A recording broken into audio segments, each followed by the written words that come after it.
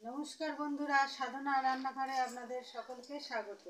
আবারও চলে এসেছি একটি নতুন রেসিপি নিয়ে। আজকে বানাবো গোবিন্দভোগ চালের পায়েস।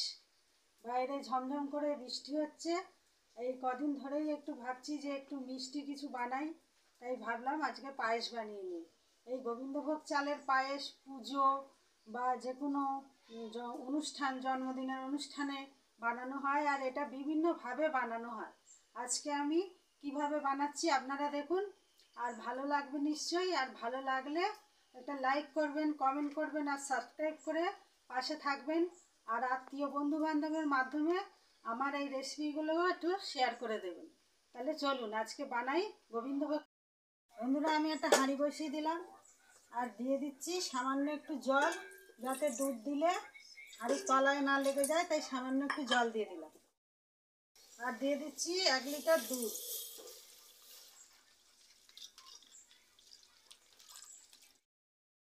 এই কাজু কিশমিশটাকে আমি ধুয়ে একটু ভিজিয়ে রেখে দিচ্ছি।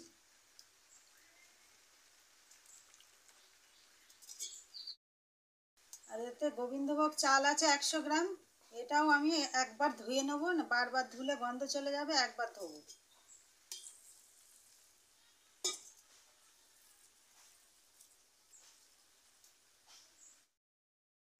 এবার আমি 1 চামচ ঘি দিয়ে এই গোবিন্দভোগ চালটাকে মাখিয়ে রেখে দেবো।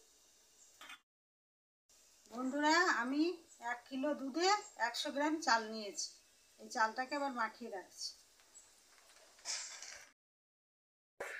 এর থেকে আমি অল্প 1 হাতা দুধ একটু তুলে দেব।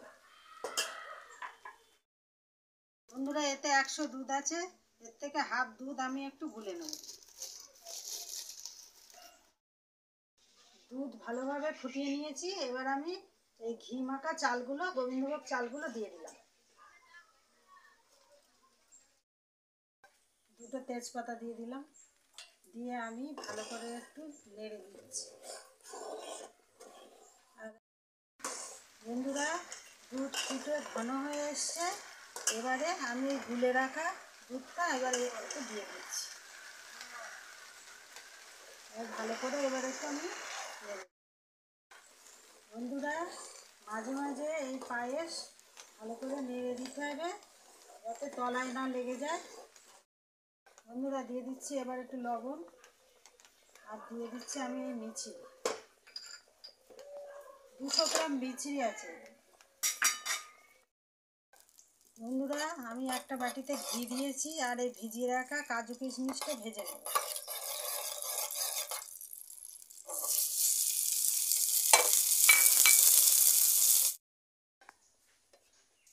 কাজু কিশমিশটা আমি ভেজে নিয়েছি, এবারে ওই পায়েসের উপর দিয়ে দিচ্ছি।